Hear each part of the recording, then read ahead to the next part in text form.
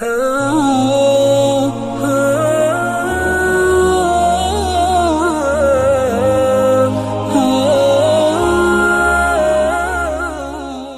کے نیچے سبسکرائب کے بٹن پہ کلک کریں، بیل کے آئیکن پہ کلک کیجئے تاکہ ہر نئی ویڈیو کی نوٹیفیکیشن آپ کو ملے۔ یونس علیہ السلام کو اہل نینوا کی طرف جو اللہ تبارک و تعالی نے بھیجا، اور اہل نینوا کو آپ دعوت دیتے رہے، دعوت حق دیتے، تقریباً 7 سال تک آپ نے دعوت حق دی۔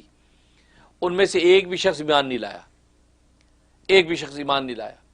یہاں تک کہ حضرت یونس علیہ السلام نے ان کو کہا کہ دیکھو، اگر تم ایمان نہیں لاؤ گے اور میری بات کو نہیں سنو گے، ظاہر ہے کہ اللہ تبارک و تعالیٰ کا پیغام حق میں تمہیں دو رہا ہوں، تو اللہ تبارک و تعالیٰ پہلی قوموں کی طرح تم پر بھی عذاب نازل کر دیں گے۔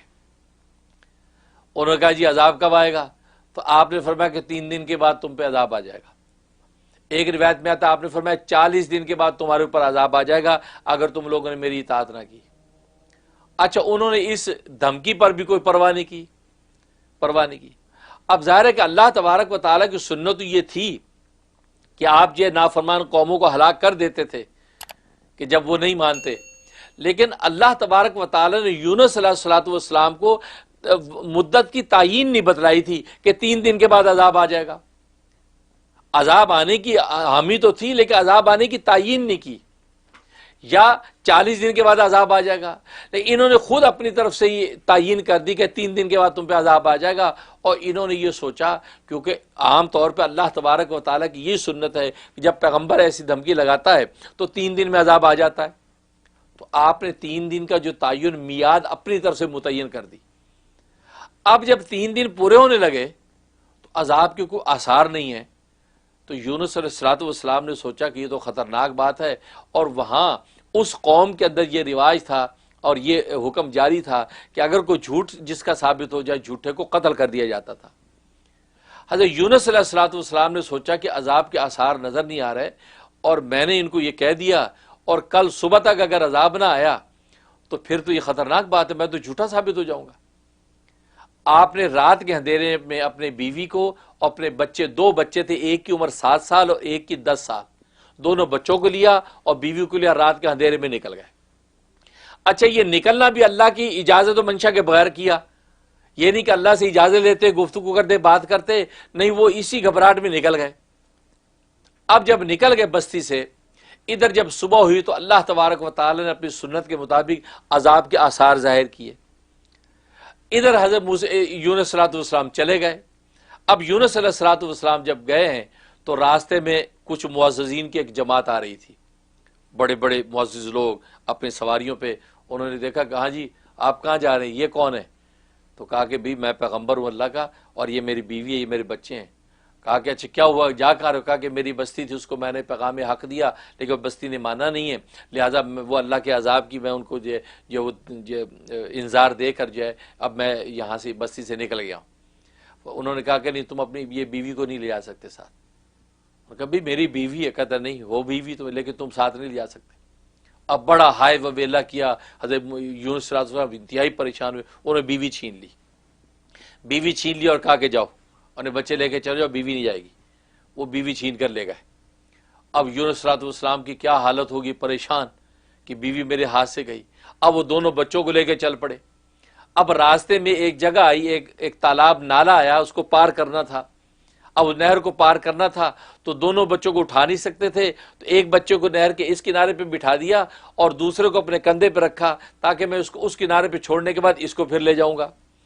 اب یہ لے کے نہر کے اندر اترے ہیں، نہر کے درمیان میں تھے کہ پیچھے ایک بھیڑیا آیا، بھیڑیے نے اس بچے پہ حملہ کیا، اس بھیڑیا بچے کو اٹھا کے بھاگ گیا۔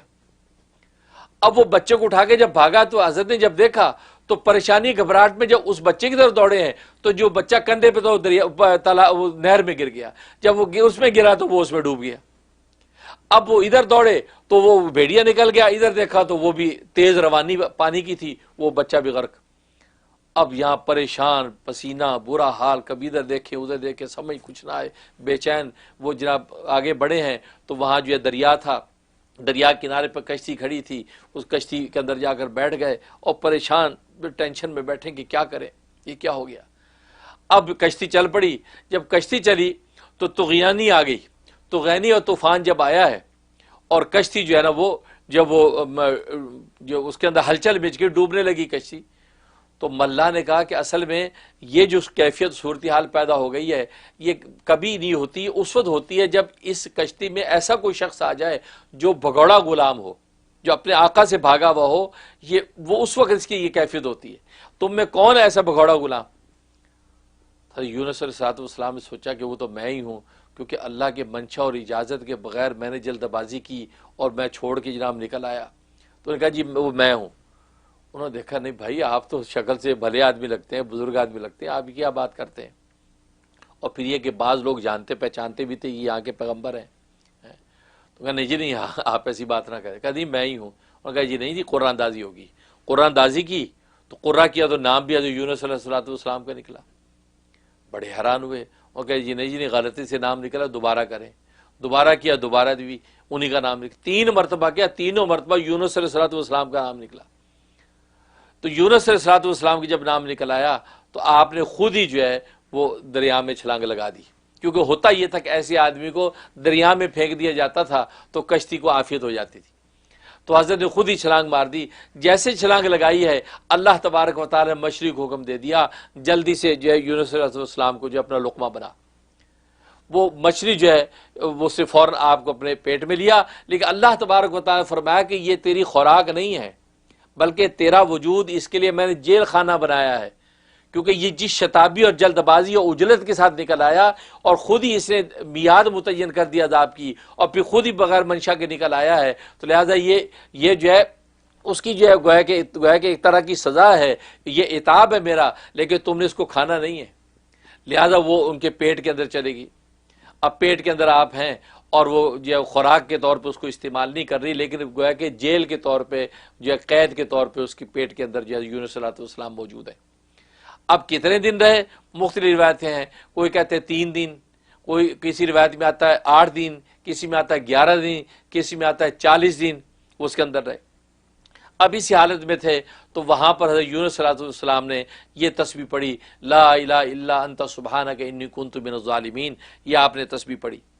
جب یہ تسبیح پڑھی تو اللہ تبارک و تعالیٰ کی کرم نوازی ہو گئی، اللہ تبارک و تعالیٰ نے اس مچھلی کو حکم دیا کہ ان کو اگل دے، تو کنارے پہ لا کے ان کو اگل دیا۔ جب کنارے پہ اگلا ہے تو اتنا عرصہ اندر رہنے کی وجہ سے جسم ان کا ایسی ہو گیا جیسے ابھی نوزائیدہ بچہ ہوتا ہے، بالکل بوٹ کی طرح ایسا ہو گیا، اور ظاہر اتنی سینسیٹیو ہوگی جلد کہ دھوپ بھی لگتی تھی تو تکلیف ہو، تو اللہ تبارک و تعالی فوراً جو ہے یقطین کا لفظ آتا ہے قرآن کریم میں، یعنی لوکی جس کو کہتے ہیں کدو، تو لوکی جو ہے وہ اس کی بیل پیدا کر دی، اور لوکی کی بیل کے بڑے بڑے پتے جو ہے اس نے آپ کو ڈھانپ لیا، آپ کو ڈھانپ لیا تاکہ آپ کی جلد کو تکلیف نہ پہنچے۔ اور ادھر جو ہے ایک ہرن، اس کا بچہ گم ہو گیا، وہ ہرن اپنا بچہ تلاش کرتی کرتی پھر رہی ہے، اب یہ بیل ایک گھنی بیل ہے، اس کے اندر اس کو محسوس ہوا کوئی چیز ہے، تو ہرن نے سمجھا یہ میرا بچہ ہے، تو ہرن جو ہے وہ راستہ بنا کے جب اندر آئی تو اندر تو یونس علیہ السلام ہے جو بالکل ایسی حالت ان کی ہوئی ہوئی ہے۔ تو یونس علیہ السلام کے پاس جب قریب پہنچی تو آپ نے جلدی سے اس کے جو نا وہ تھنوں میں کو پکڑ کے منہ لگا لیا، دودھ پینے لگ گئے، اور وہ بھی کھڑی جب وہ بچے کی تلاش میں دودھ پلانے کو پھر رہی تھی تو وہ بھی کھڑی ہو گئی، آپ نے دودھ پیا، تو دودھ پیا تو آپ کی جسم میں قوت اور طاقت آئی، اور وہ اس ماحول اور باہر کی ہوا لگی، جسم جو سینسیٹیوٹی جو ہے جلد کی ختم ہوئی، طاقت آئی، اب وہاں سے آپ جو ہے کھڑے ہونے کے قابل ہوئے۔ تو اس طریقے سے جب یہ صورتحال پیدا ہو گئی، اب آپ کو یہ احساس ہوا کہ بھی اس قوم کے پاس واپس جائیں، کیونکہ میں نے جلد بازی کی ہے، وہ قوم کا پتہ نہیں کیا حال ہے، بلکہ آپ اپنے طور پہ یہ سمجھ رہے تھے کہ وہاں تو سب کچھ جو ختم ہو چکا ہوگا، کہ اللہ کا عذاب آ گیا ہوگا۔ ادھر اللہ تبارک و تعالیٰ کے عذاب کے آثار آ گئے۔ جب قوم نے دیکھا کہ یونس کہا کرتا تھا کہ بھئی عذاب تم پہ آ جائے گا، اور یہ عذاب آ گیا لگتا ہے، اب وہ گڑ گڑانے لگے، ساری قوم باہر نکل آئی، یہاں تک ان کے بوڑھے بزرگوں نے مشورہ دیا کہ بھئی تم اپنے جانوروں اور بچوں کو بھی لے کے نکل آؤ، وہ بھی گڑ گڑائیں اللہ کے سامنے روئیں۔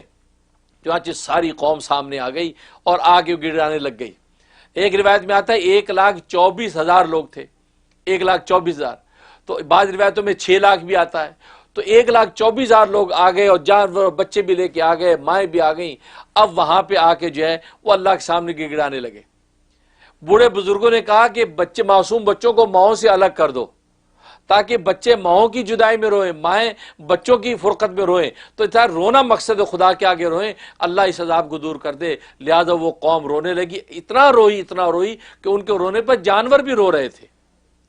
اب جب اتنے گڑگڑائے کہ یا اللہ ہمیں معاف کر دے، ہم یونس پر ایمان لانے کو تیار ہیں، اب آئندہ نافرمانی نہیں کریں گے، تو اللہ تبارک و تعالی ان کے رونے کو قبول کر لیا اور ان کو جو ہے ان کے ایمان کو جو ہے گویا کہ اللہ کے ہاں مشرف ہو گیا، اور حضرت یونس صلی اللہ علیہ وسلم کو دوبارہ ان کے پاس پہنچا دیا۔